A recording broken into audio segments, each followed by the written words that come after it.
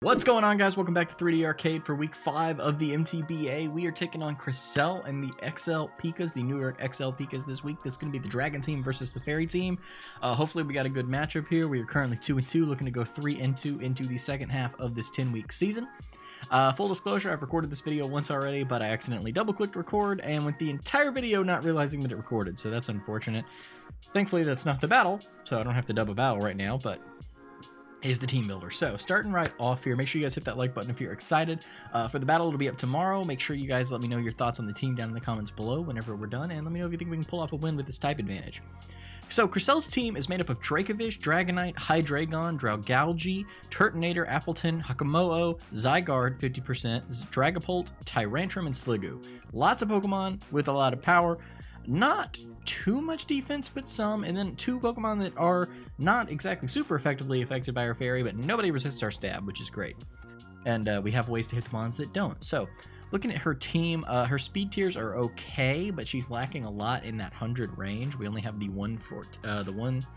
sorry, I got messed up with Sliggoo. The 143 with Dragapult, and everything else is going to be below. We have some potent choice Scarfers here, but we have some ways to deal with those. We have Dragalgae, which is a big super effective threat to us, but outside of that, it's just the steel type moves that everyone else gets.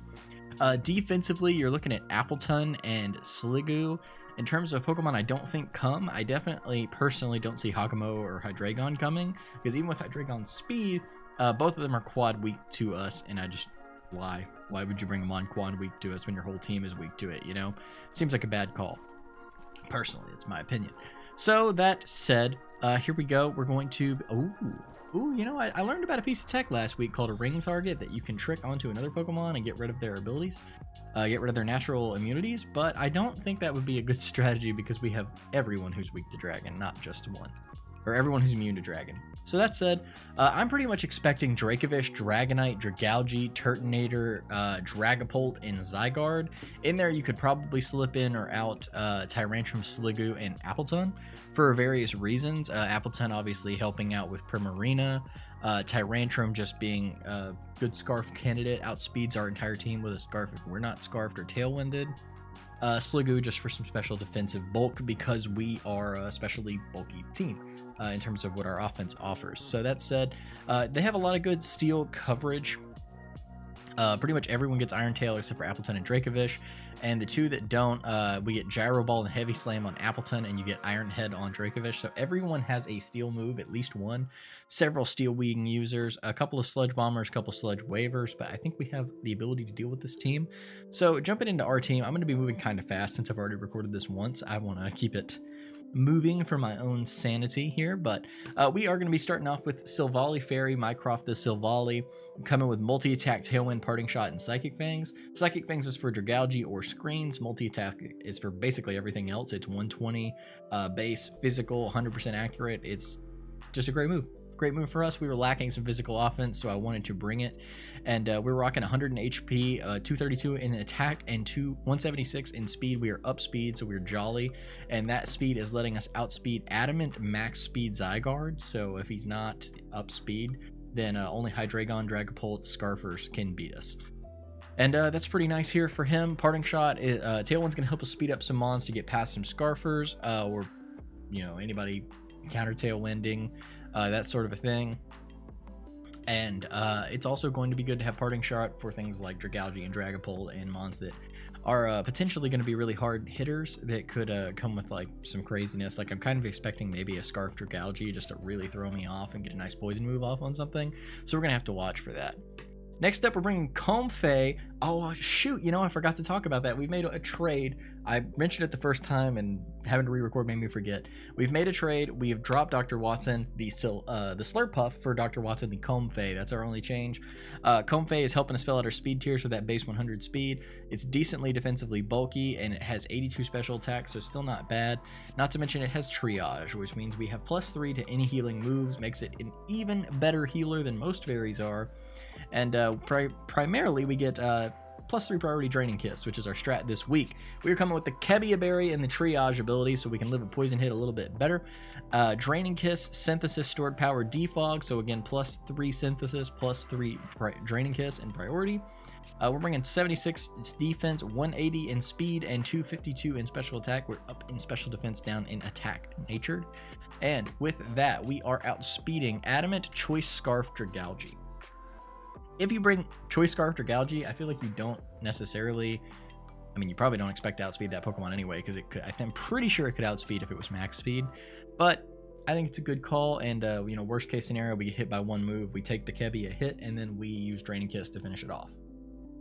But the strategy for that's coming in next with Anderson the CLEFABLE, coming with the weakness policy and the unaware ability, so that we can rock Moonblast, Cosmic Power, Baton Pass, and Soft Boiled. We can do our own damage here. We're pretty thick. We've got 252 HP, 244 defense, and we are up in special defense. Not to mention, we have 12 points in speed. So the breakdown of CLEFABLE here is the same that he's done a lot so far. Anderson is coming to try to get some Calm Mind boost, or try to get some weakness policy boost and some cosmic powers, do a little damage, and then get the hell out with Baton Pass. So we can Baton Pass to COMFEY and have all that priority to just wreck this team. That's pretty much the goal here, but obviously this thing can do some damage on its own. We have 226 in special attack, so we're going to be doubling that to 452. That's pretty good. With Moonblast doing a ton of damage to some stuff, and that is the idea. This 16 in speed is allowing us to outspeed Sliggoo by a couple of points if Sliggoo has no investment. If it comes to be something bulky and it's trying to get some hits off on us, we can get our hits off first. All right, moving on, we're bringing Mary Watson the Gardevoir. This is going to be our answer to some Choice Scarfers. We are bringing Choice Scarf Gardevoir with 244 in speed, 12 in special defense, 252 in attack, and we are timid, so we are up in speed. With this, we are outspeeding everything without a Choice Scarf or Tailwind. Mons that are going to be able to catch us are Dragonite and up if they have a Choice Scarf. So that's something to keep in mind. We are bringing the Synchronize ability, so if something tries to slow us down with some T-Wave shenanigans or some burns or something, or some toxics, then we get to give that right back to them. We are bringing Moonblast, Psyshock, Hidden Power Rock, and Destiny Bond. Destiny Bond's to be cheeky. Hidden Power Rock's for Turtonator, Psyshock is for our boy Dragalgae, and Moonblast is for everything else. Moving on again.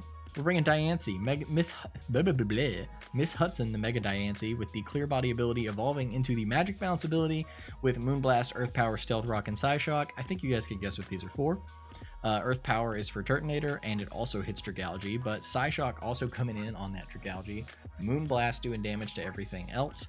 And we are Mana, so max special attack, and 252 in special attack, 8 in special defense, 248 in speed.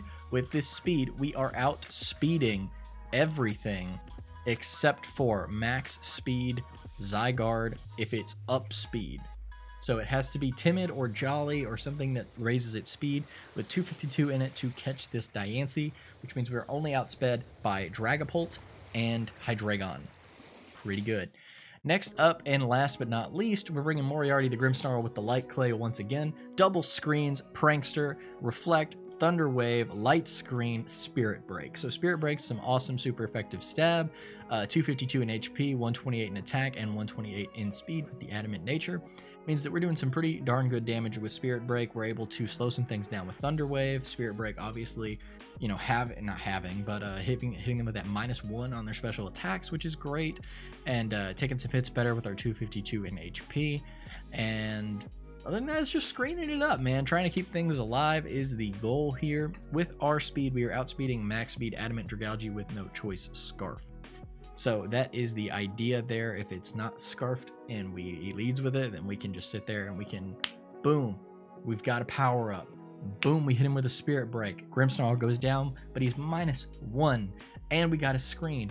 Then we bring in our boy SILVALLY, and we get up a tail. Well, actually, we probably attack turn 1. But we get up a Tailwind, and we just click multi-attack 3 times and kill 3 things, and we're good to go. We are chilling. Or we can go right out into CLEFABLE and start setting up some Calm Mind, Cosmic Powers. I keep wanting to call them Calm Minds. Set up some Cosmic Powers, and then Baton Pass them right into COMFEY, and COMFEY with stored power and Draining Kiss is able to just walk it home. Obviously, Roar is bad, but a lot of Pokemon get one shot. So by that, so unless they're Roar with a Fairy Berry, there's a good chance that we just kill them and it's negative priority and they're just out. So we're going to see how that goes for us, and I'll see you guys over there for the battle. Again, hit the like button if you enjoyed this team builder. Trying to keep them a little bit shorter, especially having recorded this one once already, and we'll see what happens when we battle Kreselle here soon. Peace.